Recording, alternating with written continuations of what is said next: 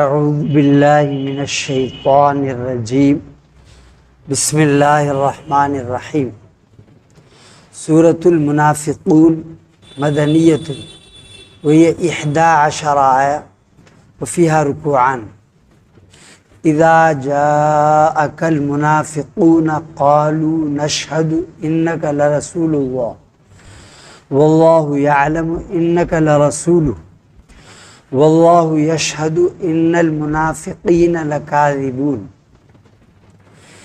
یہ سورہ منافقون یہ سورتوں کی ترتیب میں 63ویں سورت مدینہ منورہ میں نازل ہوئی۔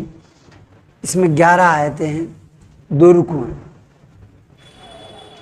اس میں اللہ شانہ نے اس کے مقاصد جو ہیں، منافقین جو ہے ان کی فضیحت کرنا، یعنی منافقین کی جو حالت ہے اس کو بیان کرنا، اور اندر کی جو حالت، اندر کی جو کیفیت۔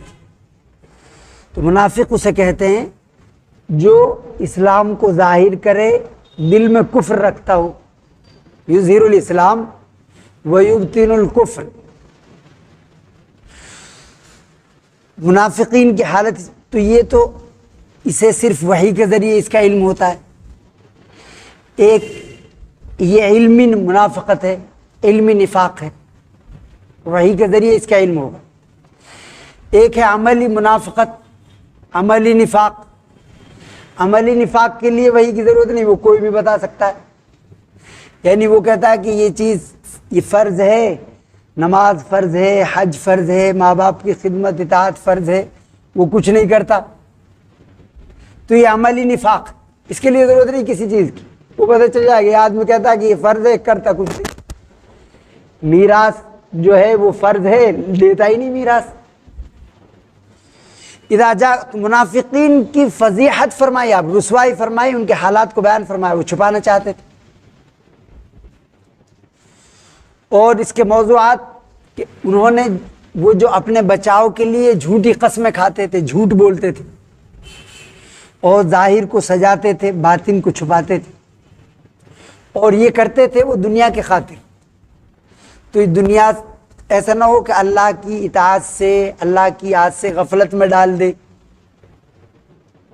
اذا جاءک المنافقون، تو یہ مدینہ منورہ میں نازل ہوئی غزوہ بنو المصطلق، اس کا دوسرا نام ہے غزوہ مریسیع۔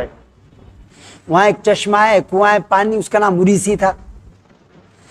تو اس کا جو بنو المصطلق ہے اس کے سردار تھے حارث بن ضرار، جو حضرت جویریہ رضی اللہ تعالیٰ عنہ، آپ صلی اللہ علیہ وسلم کی اہلیہ، مسلمانوں کی ماں ام المومنین، ان کے والد تھے۔ تو ان کے بارے میں آپ کو علم ہوا کہ وہ مسلمانوں پر حملہ کرنا چاہتے ہیں، تو آپ صلی اللہ علیہ وسلم وہیں تشریف لے گئے، ان سے جنگ ہوئی اور تیر اندازی کی، ان کو شکست ہوئی، وہ ہار گئے وہ لوگ۔ پھر قیدی بنا لیے گئے۔ جو قیدی بنا لی گئے تو جویریہ جو ہیں یہ بھی قیدی بن کر آئی، قیدی بن کر آئی، یہ ان کے حصے مال غنیمت تقسیم ہوا۔ تو یہ حضرت ثابت بن قیس بن شماس ان کے حصے میں آئی۔ تو ان کے حصے میں آئی تو ایسا ہوتا ہے آپ نے ان کو مکاتب بنا دیا۔ مکاتب کا مطلب یہ ہے کہ ریٹرن میں لکھ لیا کہ تم اتنے پیسے ادا کر دو اور تم آزاد ہو، اور اس کی اجازت دے دی جاتی ہے مزدوری کی، تجارت کی، تو اتنے پیسے وہ دے دے گا تو وہ آزاد ہو جائے۔ تو وہ پیسے زیادہ تھے، تو یہ آپ صلی اللہ علیہ وسلم کی خدمت میں آئی۔ تو انہوں نے کہا اللہ کے رسول میں مسلمان ہو گئی ہوں، اور انہوں نے اتنی مکاتبت، بدلے مکاتبت رکھی، اتنے پیسے رقم کی ادائیگی مجھے کرنی ہے مکاتبت میں، اور میں یہ ادا نہیں کر سکتی۔ تو آپ نے فرمایا ایسا ہے کہ میں ادا کر دوں اور پھر تمہیں آزاد کر کے نکاح کی پیشکش کی۔ تو انہوں نے خوشی خوشی قبول کیا۔ تو اس طرح یہ آپ صلی اللہ علیہ وسلم کے نکاح میں آئی، ام المومنین بن گئی، اور اس کی برکت سے ان کے عزیز رشتہ دار جو 100 کنیزیں تھیں، جس کو پتہ چلا کہ اللہ کے رسول سے رشتہ ہو گیا، تو انہوں نے سب نے آزاد کر دیا ان کے جو رشتے میں، چونکہ یہ تو خلاف ادب ہے۔ آپ صلی اللہ علیہ وسلم کی، مسلمانوں کی ماں اور اس کی کوئی عزیز ہے، تو سب نے 100 کنیزوں کو آزاد کر دیا اس کی وجہ سے۔ تو یہاں یہ ہوا، ان کے والد جو ہیں وہ بھی آپ صلی اللہ علیہ وسلم کے معجزے دیکھ کر وہ بھی اسلام لے آئے، تو وہ بنو المصطلق والے مسلمان ہو گئے زیادہ تر۔ تو وہیں پھر ایک واقعہ پیش آیا کہ وہیں چشمے پہ مریسی پہ مہاجر انصار وہاں ٹھہرے ہوئے تھے۔ اس کے بعد یہ 6 شعبان، محمد بن اسحاق کہتے ہیں 6 شعبان ہجری کا واقعہ ہے۔ دوسرے لوگ حضرت عروہ حضرت قتادہ فرماتے ہیں کہ یہ 5 شعبان کا واقعہ ہے، یہ جو غزوہ پیش آیا۔ اس کے بعد میں پانی کا جو چشمہ ہے اس کے لیے وہ گئے، حضرت جہجہ مہاجر ہیں وہ، ایک تھے دوسرے سنان بن وبرہ انصاری تھے وہ۔ اب ان میں بات ہو گئی، انبن ہوئی، لڑائی ہوئی، تو لڑائی نوبت پہنچی تو انہوں نے ایک نعرہ لگایا یا للانصار، انصار ان کا یا للانصار کہ بھاگو دوڑو مدد کے لیے آؤ۔ انہوں نے کہا یا للمہاجرین، مہاجرین کہا کہ مہاجرین آؤ۔ تو یہ لفظ تو اچھا ہے، مہاجر انصار سب سے بڑے ہیں، ان سے محبت ایمان کا حصہ ہے، لیکن یہاں لفظ جو انہوں نے بولا یہ تھا قومیت، عصبیت کے لیے، تو یہ اسلام میں جائز نہیں ہے۔ یعنی یہ لفظ بولا انہوں نے، لیکن یہ مہاجر انصار تو سب سے سر کے تاج ہیں وہ مسلمانوں کے، لیکن یہاں لفظ انہوں نے بولا قومیت کے لیے، قومیت کے لیے، نسلی اشارے کے لیے کہ ہماری مدد کرو۔ آپ صلی اللہ علیہ وسلم فوراً تشریف لائے اور آپ نے فرمایا یہ کیا کہا، یہ ما بال دعوی الجاہلیہ، یہ کیا جاہلیت کا تم نے نعرہ لگایا، عصبیت۔ تو اسلام میں عصبیت، برادری واد، رنگ، زبان، قومیت، اس کے لیے کوئی جگہ نہیں، اور آج ہم وہی کر رہے ہیں۔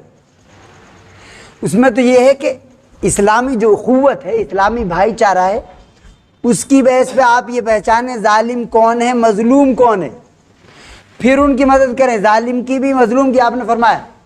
تو ظالم کی مدد یہ ہے کہ اسے ظلم سے روکے، اور مظلوم کی مدد یہ ہے کہ اس کی مدد کرے۔ تو پہلے تمہیں یہ پتہ ہونا چاہیے ظالم کون ہے، مظلوم کون ہے، پھر ظالم کو ظلم سے روکے اور مظلوم کی مدد کرے۔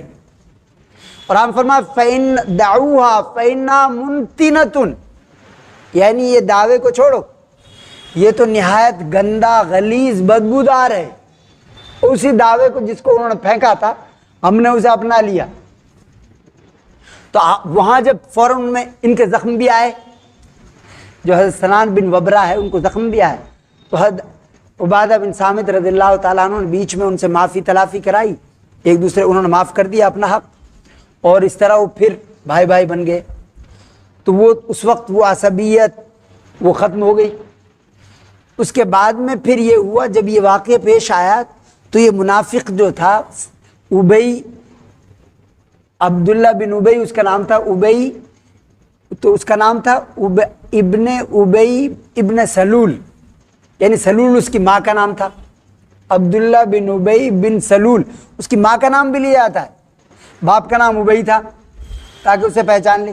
خزرج کا وہ سردار تھا، تو اس نے اس واقعے کو سے متاثر ہو کر یہ کہا کہ یہ جو ہے ایسا ہے، تم نے ان کو کھلایا پلایا اور یہ تمہارے خلاف ہو گئے، مہاجرین کے خلاف، اور مدینے جا کے ان کو نکال دیں گے، ہم عزت والے ہیں، اور ان کو جب نکال دیں گے تو یہ کہیں دوسری جگہ بھاگیں گے۔ ایسے اشاروں میں اس نے اپنی مجلس میں کہا، سفر میں ہی تھے آپ۔ تو حضرت زید بن ارقم رضی اللہ تعالیٰ عنہ ان کی بات سن لی، وہ کم عمر تھے اور یہ ان کے سردار تھے، یہ ابی جو تھے ابن ابی۔ تو انہوں نے فوراً اپنے چچا کو یہ بات بتائی، چچا نے آپ صلی اللہ علیہ وسلم کو بتا دی۔ تو آپ نے ان سے تحقیق کی، یعنی عمل یہ کہ کوئی بات پہنچے تو اس کی تحقیق کی جائے۔ تو آپ نے تو ایسے نہیں، تم غلط تو نہیں کہہ رہے۔ پھر انہوں نے اللہ کی قسم کھا کر کہا کہ میں نے اپنے کانوں سے سنا ہے، میں اسی مجلس سے اٹھ کر آ رہا ہوں۔ پھر پوچھا آپ نے کہ ایسا نہ ہو تمہیں غلط فہمی ہوئی ہو، کوئی اور بات کہی ہو، اس کی تحقیق کی۔ پھر ان کو بھی بلایا اور ان سے پوچھا، تو انہوں نے جھوٹ بول دیا کہ قسم کھا کے کہا نہیں، ایسا نہیں کہا، ایسا وہ یہ تو غلط جھوٹ بول رہا ہے، بچہ ہے، کم عمر ہے۔ تو اس سے ان کو سبکی ہوئی، ذلت ہوئی کہ اس نے جھوٹا بنا دیا، اور سارے قبائل نے کہا بھائی تم نے اپنے سردار کے خلاف ایسا کہہ دیا، انہوں نے جو بات نہیں کی۔ تو اللہ تعالیٰ نے پھر زید بن ارقم رضی اللہ تعالیٰ ان کو امید تھی کہ اللہ تعالیٰ کی طرف سے وحی نازل ہوگی، اور یہ سفر میں ساتھ ساتھ تھے آپ صلی اللہ علیہ وسلم کے۔ تو جب یہ چرچا پورے قافلے میں ہونے لگا تو آپ نے عادت شریفہ کے خلاف سفر کا حکم دے دیا کہ چلو سر پوری رات سفر کرتے رہے، پورے دن سفر کرتے رہے، اور دوسرے دن دوپہر سخت دوپہر تک، تاکہ یہ چرچا جو ہے یہ چیز ختم ہو جائے۔ پھر سب سو گئے اور پھر آپ پھر تشریف لے گئے، پھر سفر کا حکم دے دیا۔ تبھی سفر میں یہ سورۃ المنافقون نازل ہوئی، اور یہ زید بن ارقم جو ساتھ ساتھ میں تھے اپنی سواری کے ساتھ، تو آپ نے ان کا کان پکڑا اور ان سے فرمایا یا غلام صدق اللہ حدیثک، کہ اللہ نے تمہاری بات کی تصدیق فرما دی۔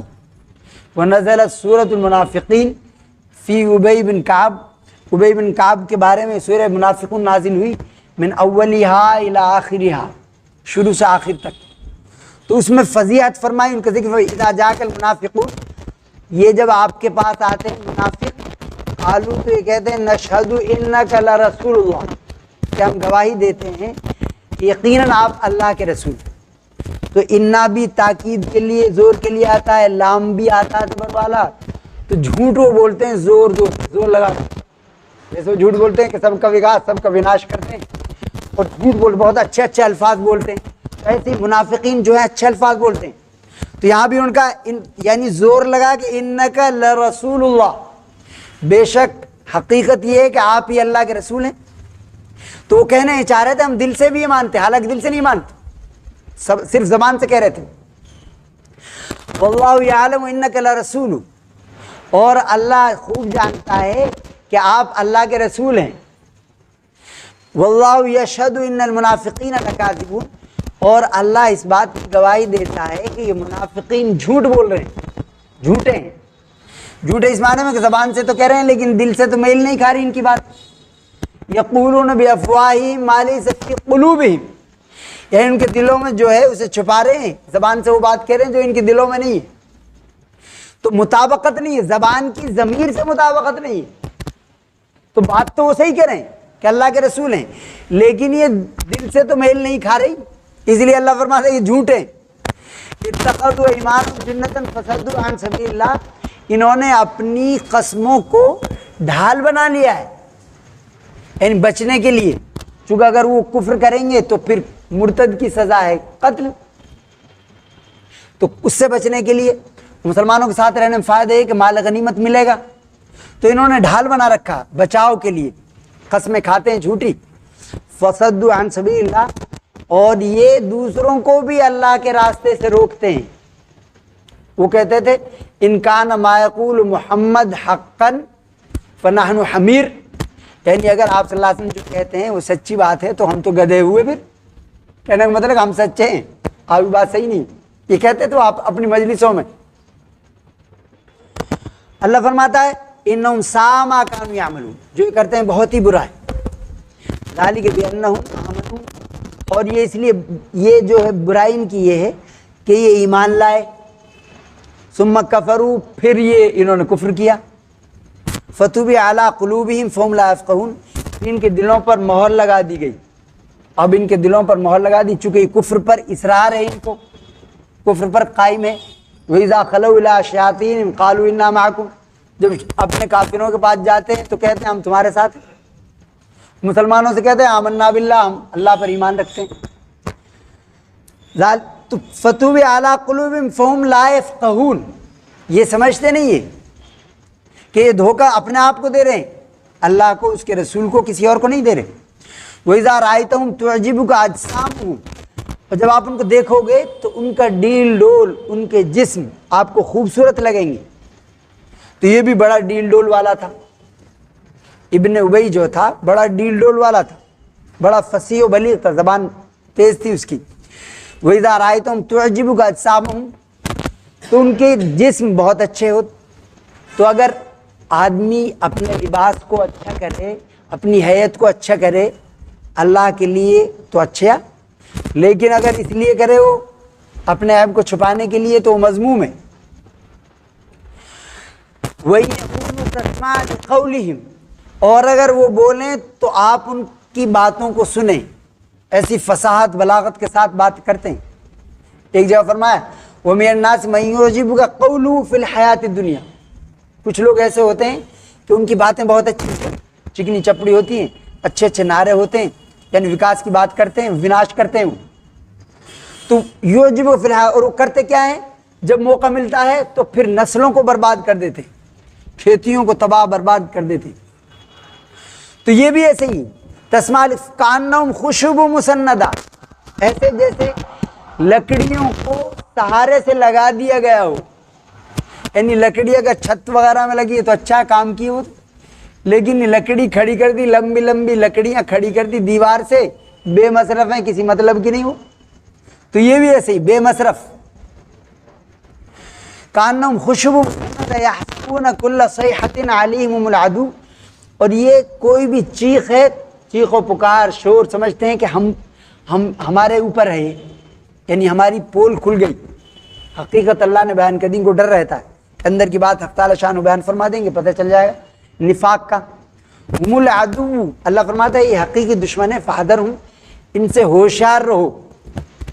تو مسلمانوں کو اپنے دشمنوں کو پہچاننے کی ضرورت ہے. ہم العدو، وہاں پر وہ کل بھی ایسے ہی دشمن تھے کہ وہ نسل کے ذریعے، رنگ کے ذریعے، زبان کے ذریعے، عصبیت کے ذریعے دشمنی پھیلاتے تھے مسلمانوں میں.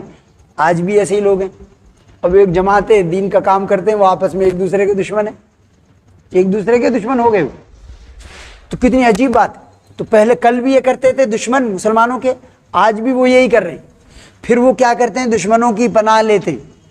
ہم العدو، تو اللہ فرماتا ہے کہ منافق جو ہیں یہ حقیقی دشمن، فاطمہ سے ہوشیار رہو. جو چاہتے ہیں کہ مسلمانوں میں انتشار رہے، افتراق رہے، جھگڑا رہے، اس کو وہ صلح مصالحت نہیں کرنا چاہتے. فاحذرہم قاتلہم اللہ، اللہ ان کو غارت کرے، انا یؤفکون، حق سے کہاں الٹے جا رہے ہیں. وَإِذَا قِيلَ لَهُمْ تَعَالَوْا، جب ان سے کہا جاتا ہے، حضرت عبادہ بن صامت نے ان سے فرمایا، کہا کہ ایسا ہے، جب ان کی پول کھل گئی کہ تم ایسا ہے، آپ صلی اللہ علیہ وسلم کی خدمت میں حاضر ہو کر اپنے جرم کا اعتراف کر لو، اللہ کے رسول تمہارے لیے دعائے مغفرت کریں گے تو تمہارا بیڑا پار ہو جائے گا. ایسے تو اس نے منہ پھیر لیا اپنا. تو حضرت عبادہ بن صامت نے، یہ اس وقت یہ آیت نازل نہیں ہوئی تھی، انہوں نے فرمایا کہ یہ جو تم اعراض کر رہے ہو اس کے بارے میں ضرور قرآن میں نازل ہوگا. پھر اللہ نے قرآن میں نازل فرمایا، وَإِذَا قِيلَ تَعَالَوْا، جب ان سے کہا جاتا ہے کہ آؤ، يَسْتَغْفِرْ لَكُمْ رسول اللہ، اللہ کے رسول تمہارے لیے دعائے مغفرت کر دیں، لَوَّوْا رُؤُوسَهُمْ، تو اپنے سروں کو مٹکاتے ہیں، پھر اعراض کر لیتے ہیں، پھیر لیتے ہیں، منہ پھیر لیتے ہیں. وَرَأَيْتَهُمْ يَصُدُّونَ وَهُمْ مُسْتَكْبِرُونَ، آپ ان کو دیکھو گے کہ وہ اعراض کرتے ہیں، لوگوں کو روکتے ہیں تکبر کرتے ہوئے. تو تکبر یہ ان کی صفت ہے، یعنی منافقین کی، کافرین کی صفت. ابا واستکبرا ابلیس کی صفت ہے، اس نے انکار کیا، واستکبرا اور تکبر کیا. ایمان والے کی صفت نہیں ہو سکتی ہے تکبر. المتکبر اللہ کا نام ہے، یعنی حقیقی بڑائی والا تو وہی ہے.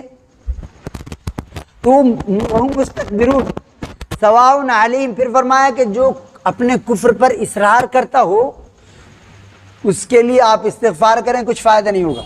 سواء علیہم استغفرت لہم ام لم تستغفر لہم، یہ برابر ہے ان کے لیے کہ آپ ان کے لیے استغفار کریں یا نہ کریں.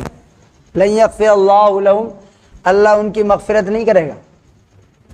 ان اللہ لا یہدی القوم الفاسقین، اور اللہ تعالیٰ نافرمان فاسق لوگوں کو سیدھا راستہ نہیں دکھاتا.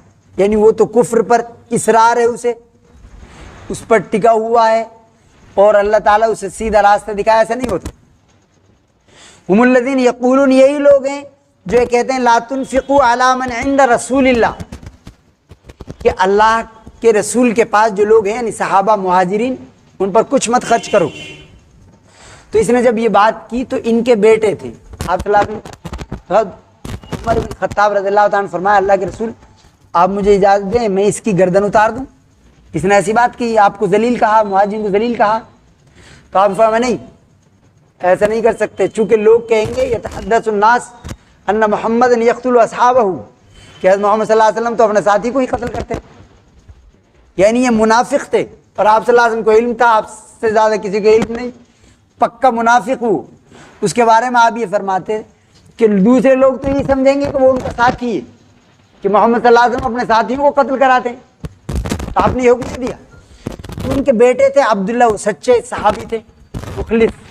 انہوں نے آپ کی خدمت اقدس میں آئے اور انہوں نے درخواست کی اللہ کے رسول اگر آپ نے قتل کا حکم دیا ہے تو مجھے حکم دیں.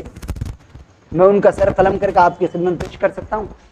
کہیں ایسا نہ ہو کہ کوئی کسی اور کو آپ حکم دیں پھر میری غیرت جگے اور میں اسے قتل کر دوں عصبیت میں اور پھر میں عذاب کا مستحق بن جاؤں. تو اس لیے اگر آپ حکم دیں تو اپنے والد کے قتل مجھے حکم دیں, میں اسے قتل کرتا ہوں. تو آپ فرمایا نہیں, میں نے کسی کو قتل کا حکم نہیں دیا. تو اب جب یہ آیات نازل ہو گئی تو ان کے مخلص بیٹے جو تھے وہ مدینہ وادی عقیق کے پاس مدینہ سے قریب, انہوں نے ان کے اونٹ کو, اپنے باپ کے اونٹ کو بٹھا دیا اور گھٹنے پہ پیر رکھ کے ان سے کہا کہ یہ بتاؤ تم ذلیل ہو یا اللہ کے رسول, جو تم نے یہ کہا تھا. انہوں نے کہا تھا لا تنفقوا علی من عند رسول اللہ حتی ينفضوا, کہ تم ان پر خرچ مت کرو جو آپ صلی اللہ علیہ وسلم کے ساتھ رہتے ہیں, حتی ينفضوا, یہاں تک کہ وہ خود بکھر جائیں گے جب انہیں کھانے کو نہیں ملے گا. وَلِلَّهِ خَزَائِنُ السَّمَاوَاتِ وَالْأَرْضِ, اللہ فرماتا ہے کہ زمین آسمان کے خزانے وہ اللہ کی ملکیت ہیں, کسی کی ملکیت نہیں. وہ صحت اور طاقت, قوت, عزت یہ اللہ کی ملکیت, جسے چاہتا ہے وہ دیتا ہے. وَلِلَّهِ خَزَائِنُ السَّمَاوَاتِ وَالْأَرْضِ وَلَٰكِنَّ الْمُنَافِقِينَ لَا يَفْقَهُونَ, لیکن منافقین یہ بات نہیں سمجھتے.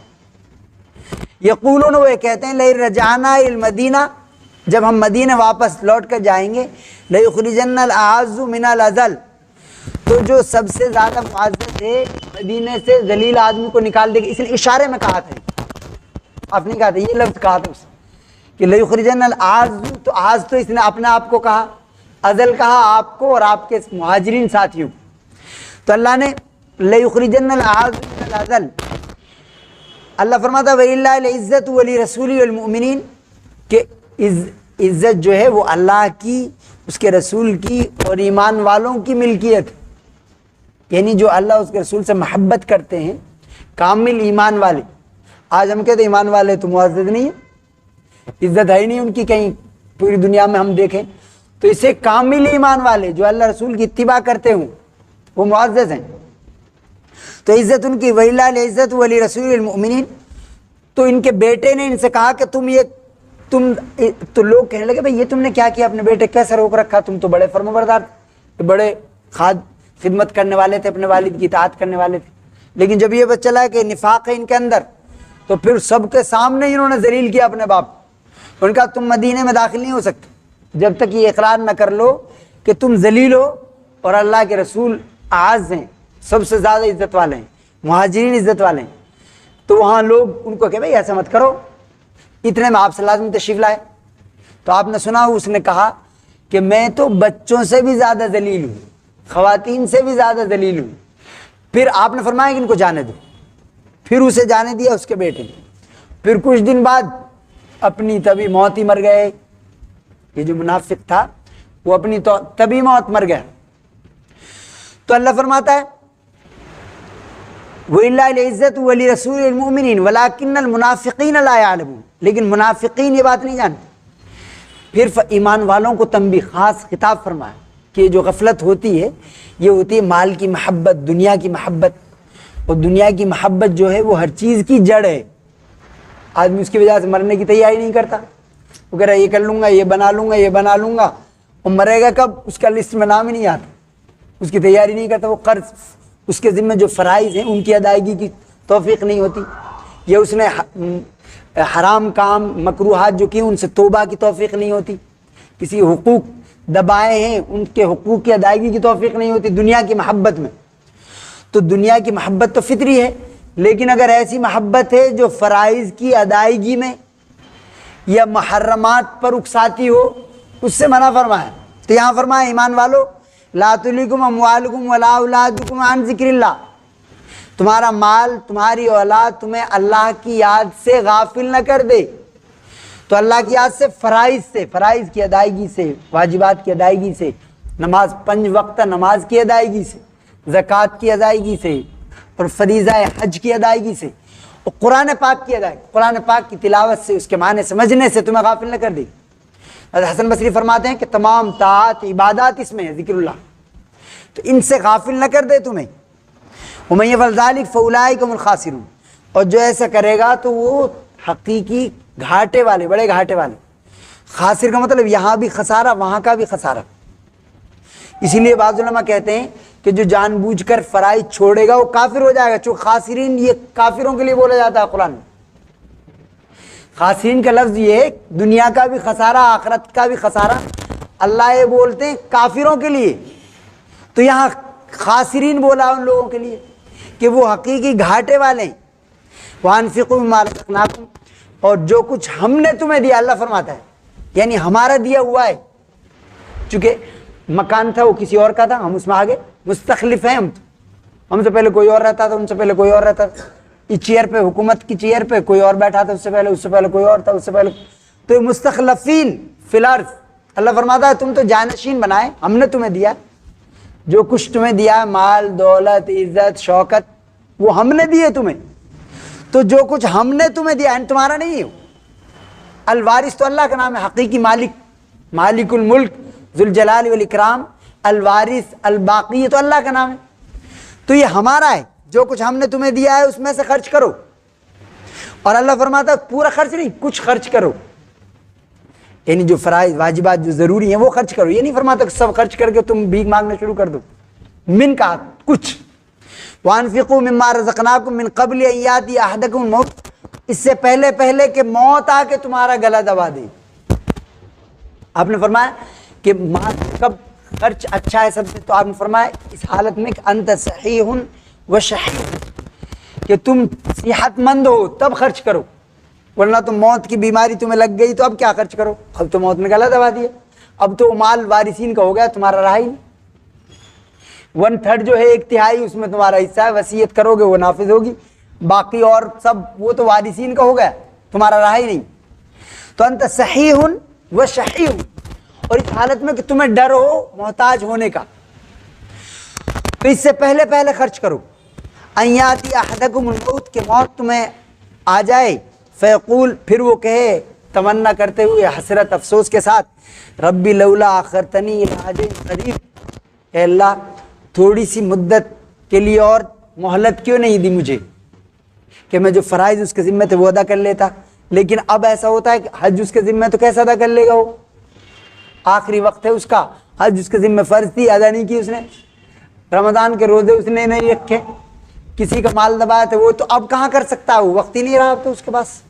لولا اخرتنی الی اجل قریب فاصدق واکن من الصالحین، اور وہ ایک کہ میں صدقہ خیرات کر لیتا اور صالحین میں سے ہو جاتا. لیکن جب وقت گزر چکا، وَلَن يُؤَخِّرَ اللَّهُ نَفْسًا إِذَا جَاءَ أَجَلُهَا، اللہ تعالیٰ کسی کو مہلت نہیں دیں گے جب اس کا متعین وقت آ جاتا ہے. مہلت نہیں دیں گے پھر جب اس کا متعین وقت آ جاتا ہے، تو اللہ تعالیٰ کسی کو مہلت نہیں دیں گے. واللہ خبیر بما تعملون، اور جو کچھ تم کرتے ہو اللہ ان سے باخبر ہے. حاجیوں کے بارے میں، عمرہ کرنے والوں کے بارے میں اللہ کے رسول صلی اللہ علیہ وسلم نے فرمایا الحاج والعمار وفد اللہ، یہ جو حاجی ہیں اور عمرہ کرنے والے جو ہیں یہ اللہ کے مہمان ہیں. ان کا مقام بہت، مہمان اذا دعوہ اجابہ، جب یہ اللہ سے دعا مانگتے ہیں تو اللہ ان کی دعا قبول کرتا ہے. اور وَإِذَا اسْتَغْفَرُوهُ غَفَرَ لَهُمْ، اور جب اللہ سے مغفرت طلب کرتے ہیں تو اللہ ان کی مغفرت فرماتا ہے. فَلِلَّهِ الْحَمْدُ رَبِّ السَّمَاوَاتِ وَرَبِّ الْأَرْضِ رَبِّ الْعَالَمِينَ وَلَهُ الْكِبْرِيَاءُ فِي السَّمَاوَاتِ وَالْأَرْضِ وَالْعَزِيزُ الْحَكِيمُ. اللهم صل على محمد وعلى ال محمد كما صليت على ابراهيم وعلى ال ابراهيم انك حميد مجيد. اللهم بارك على محمد وعلى ال محمد كما باركت على ابراهيم وعلى ال ابراهيم انك حميد مجيد. یا اللہ میں ذرا رحمت سے بغیر استحقاق ہمارے گناہوں کو معاف فرما. یا اللہ ہماری خطاؤں کو درگزر فرما. یا اللہ ہر کفر کو، ہر شرک کو اسلام و ایمان میں تبدیل فرما. یا اللہ ہر معصیت، ہر گناہ کو اطاعت میں تبدیل فرما. یا اللہ جو پریشان حال ہے ان کی پریشانی کو دور فرما. یا اللہ جو بیمار ہیں ان کو شفا کو نصیب فرما. یا اللہ جو وفات پا چکے ان کو مغفرت فرما. یا اللہ جب تک ہمیں زندہ رکھ اسلام پر، ایمان پر، قرآن و سنت پر زندہ رکھ، جب موت دے ایمان عطا فرما. یا اللہ میں فضل ہماری اس مجلس کو قبول فرما، ہماری دعاؤں قبول فرما. اللهم انا نسألك من خير ما سألك منه نبيك محمد صلى الله عليه وآله وصحبه وسلم، ونعوذ بك من شر ما استعاذ منه نبيك محمد صلى الله عليه وآله وصحبه وسلم. وأنت المستعان وعليك البلاغ ولا حول ولا قوة إلا بالله. صلى الله على خير خلقه محمد وآله وصحبه أجمعين برحمتك. اللہ